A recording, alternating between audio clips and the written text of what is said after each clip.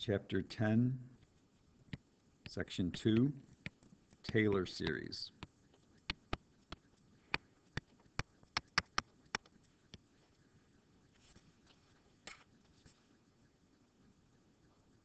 Here's the definition.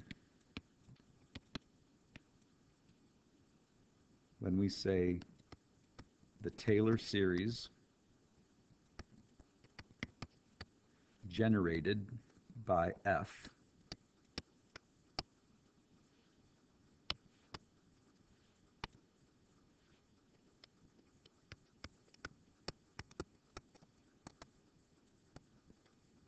F meaning some function, at x equals A is some number.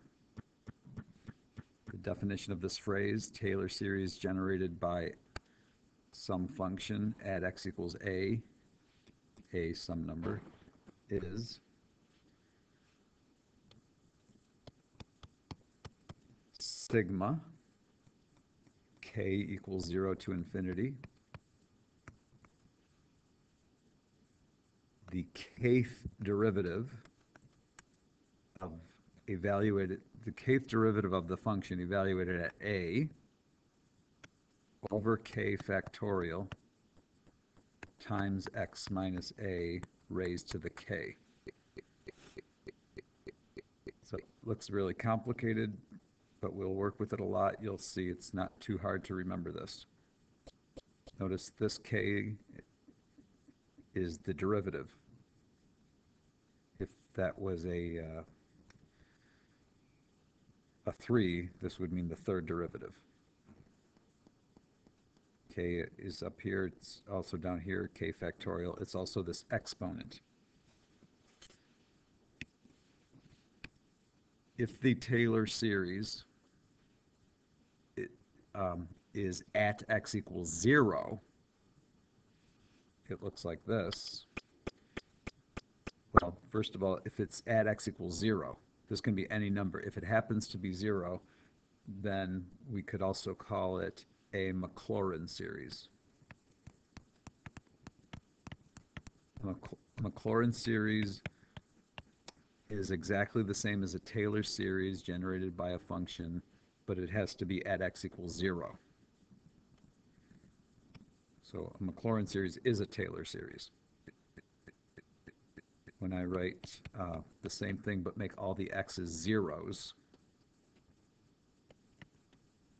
not changing anything at all except the x's, it's still going to be the kth derivative, but it's going to be evaluated at 0. And down here we're going to have 0 factorial. And here, instead of x minus A to the k, we're going to have x minus 0 raised to the k.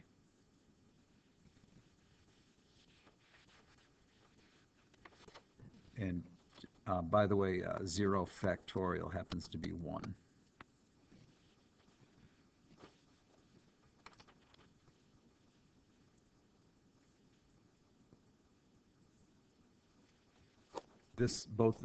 Each of these is a series that goes forever. They're infinite series. If we only write a partial sum, that means only some of the terms, then we call it a Taylor polynomial. So the partial sum will be a polynomial function of x. We'll put a little n subscript here indicating how far we're going to go. Same as the last thing I wrote, except it's k equals 0 to n instead of infinity like it is here. Everything else is the same. It's the sum of the following. The kth derivative evaluated at A over k factorial times x minus A raised to the k. The only difference is this right here. If that's something other than infinity, like 3 or 4 or 5, then we call it a Taylor polynomial.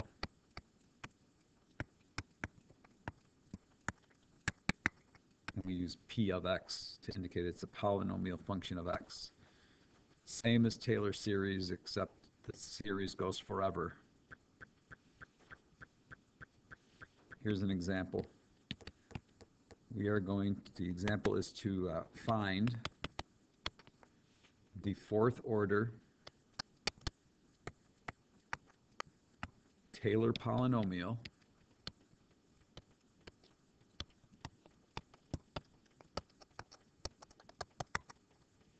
that approximates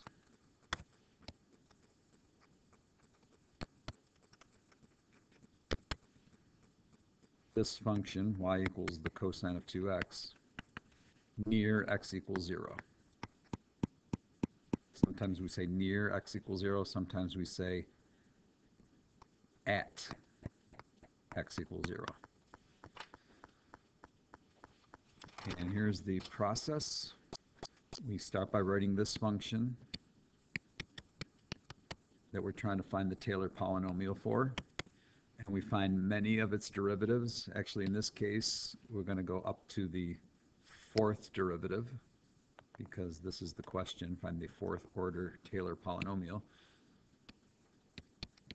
So we have to find the first, second, third, and fourth derivatives. The symbol for fourth derivative is with a 4 superscript with parentheses around the 4. With no parentheses, it would mean the function raised to the fourth power. The derivative of cosine 2x is negative sine of 2x times 2 because of the chain rule. The derivative of negative sine 2x is negative negative, because you just bring down the negative. Negative cosine 2x times another 2, already a 2 there, so it's going to be negative 4 cosine 2x. The derivative of cosine is negative sine, but there's already a negative, so this derivative will be positive 8 cosine 2x. The 8 is there because of the chain rule. And the derivative of cosine 2x, this is a mistake. The derivative of cosine 2x, I said it right, I think. The derivative of cosine 2x is negative sine 2x times 2. That's an 8 because there was already a 4 there. And the derivative of sine 2x is cosine 2x times 2 because of the chain rule, but there's already an 8. So there's the function that is given in this example. Here's all of its derivatives up to the fourth derivative. Now we're going to evaluate the function and its derivatives at 0, because this is in the question, at x equals 0. That means we need f of 0, f prime of 0, the second derivative evaluated at 0, the third derivative evaluated at 0, and the fourth derivative evaluated at 0. If x is 0, 2 times 0 is 0, and the cosine of 0 is 1. 2 times 0 is 0, and the sine of 0 is 0. 0 times negative 2 is 0. This third one down here will also be 0. 2 times 0 is 0. The cosine of 0 is 1. 1 times negative 4 is negative 4. The cosine of 0 is 1. 1 times 16 is 16. So now we take all of these numbers, we call them the coefficients.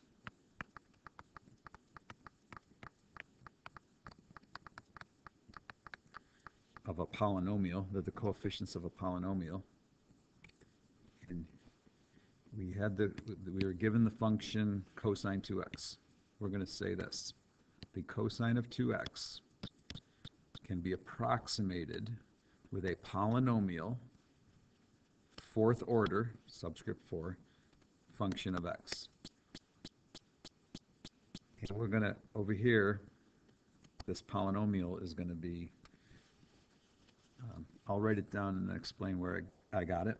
It's going to be 1 plus 0x minus 4 x squared over 2 factorial plus 0 x to the third over 3 factorial plus 16 x to the fourth over 4 factorial.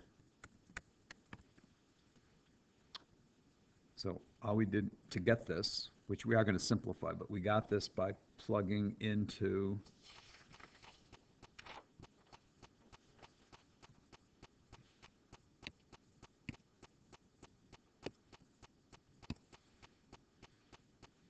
this right here.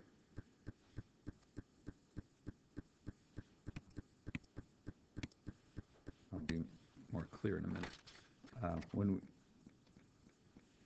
So I'll come back to that. The first definition we wrote was this: sigma k equals 0 to infinity. The kth derivative of a function evaluated at a over k factorial times x minus a to the k. But because we said near x equals 0, we said sigma k equals 0 to infinity. The kth derivative evaluated at 0 over k factorial times x minus 0 to the k. Which means if we make x 0, make k 0, all of this becomes f of 0. Because the 0th derivative of a function means the function itself. X to the 0 is 1, so I did not write that.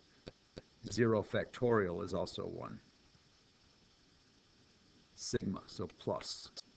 So this is when k is 0. When k is 1, we have the first derivative evaluated at 0 over 1 factorial times x to the first power, and so on. So the next one is going to be the second derivative evaluated at 0 over 2 factorial times x to the second, and so on. So third derivative evaluated at 0 over 3 factorial x to the third, and so on. So in this example, f of 0 is right here. That's this. First derivative at 0 was 0. That was right here.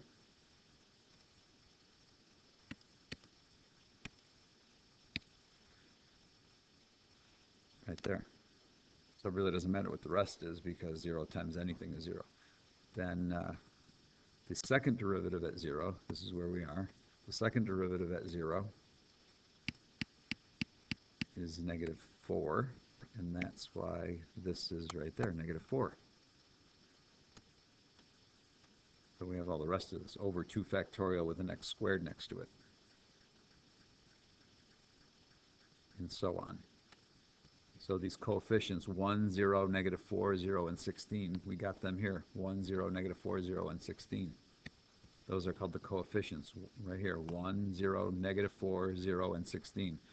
The x to the first over 1 factorial, and the x to the second over 2 factorial, x to the third over 3 factorial, x to the fourth over 4 factorial, those are all part of the basic definition of a Taylor series or a Taylor polynomial.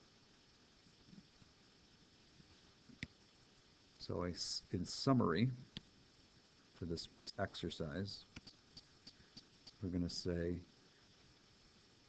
this thing up here is 1, second term is 0, this third term, 2 factorial is 2, 4 over 2 is 2, so this second term, or the third term actually, is minus 2x squared. This next one is 0. 0 times anything is 0. 16 over 4 factorial but can be reduced to 2/3 x, and there's x to the fourth with that. So the following is a true and important statement. For x near 0, the cosine of 2x and this polynomial, 1 minus 2x squared plus 2/3 x to the fourth, are approximately the same.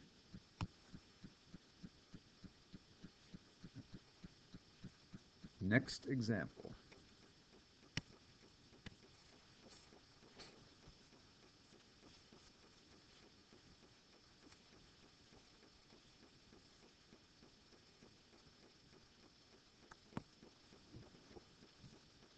Page 496, number 14.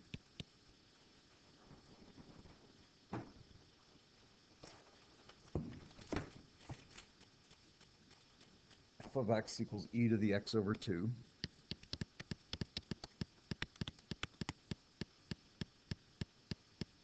The directions are find the Taylor series generated by this function at the given point. Find the Taylor series generated by this function at the given point.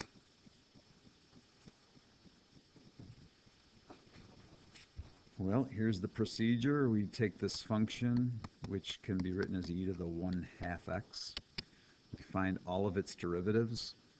I said all because it said Taylor series. That means this has to go forever. The previous example was a Taylor polynomial, so we didn't go forever. Series are infinite series.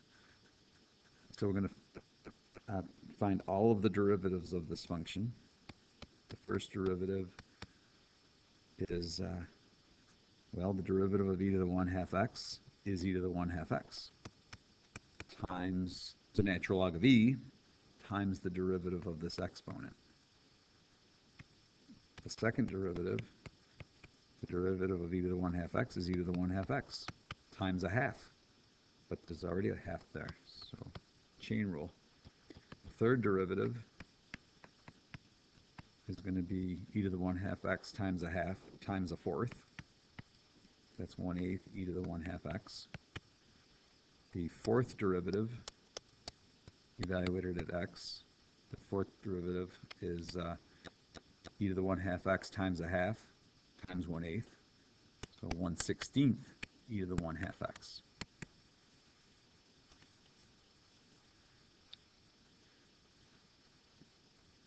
So here's what's meant by a Taylor series near x equals 1.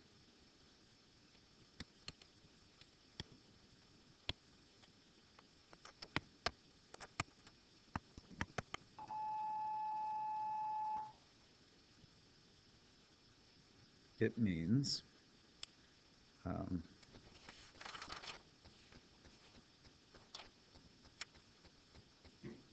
the function evaluated at 1 plus the function evaluated at 1, the first derivative of the function evaluated at 1 times x minus 1 to the first power over 1 factorial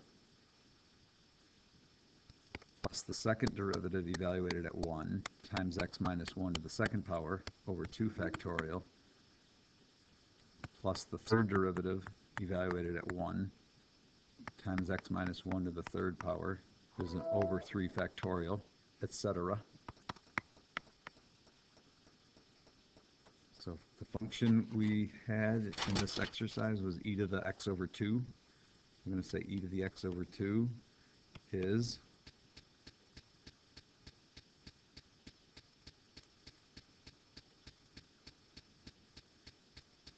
this right here, f of 1.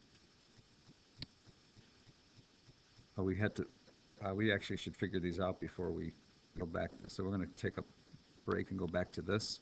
We're going to figure out this function and all of its derivatives at x equals 1. So we need f of 1, f prime of 1, f double prime of 1, f triple prime of 1, and the fourth derivative evaluated at 1.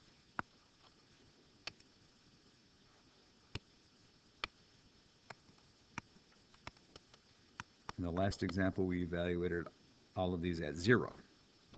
F of 1 is e to the 1/2. F prime of 1 is 1/2 e to the 1/2.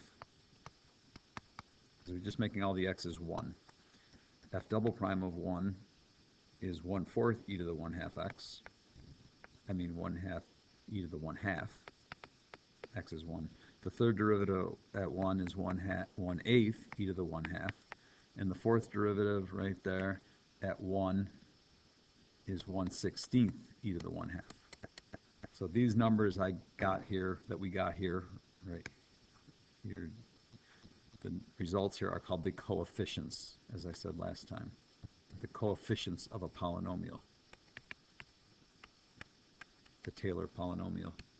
Actually, we're saying Taylor series this time. just because we're going to go forever. So f of 1 was e to the 1/2 plus f prime of 1 was 1/2 e to the 1/2, and that's the coefficient of x minus 1 to the first power with a 1 factorial underneath, plus f double prime of 1, this right here, that was 1/4 e to the 1/2.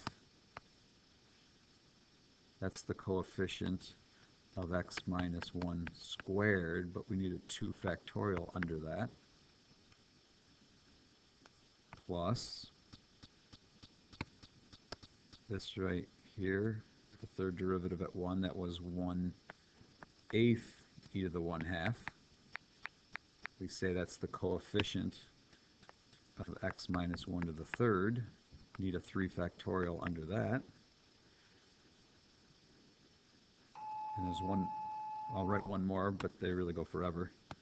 Plus, the next coefficient was 1/16 e to the 1/2. That would be the coefficient of x minus 1 to the fourth. Need a 4 factorial under that. Dot, dot, dot. So we have to notice a pattern here to give the answer. We're going to say that the function we were given, e to the x over 2, let's start by saying for x near 1, that was in the question, and we used ones a lot, is equal to, I'm going to say equals as long as we go forever, as long as we say it's the sum from n equals 0 to infinity. Every one of these terms has an e to the 1/2.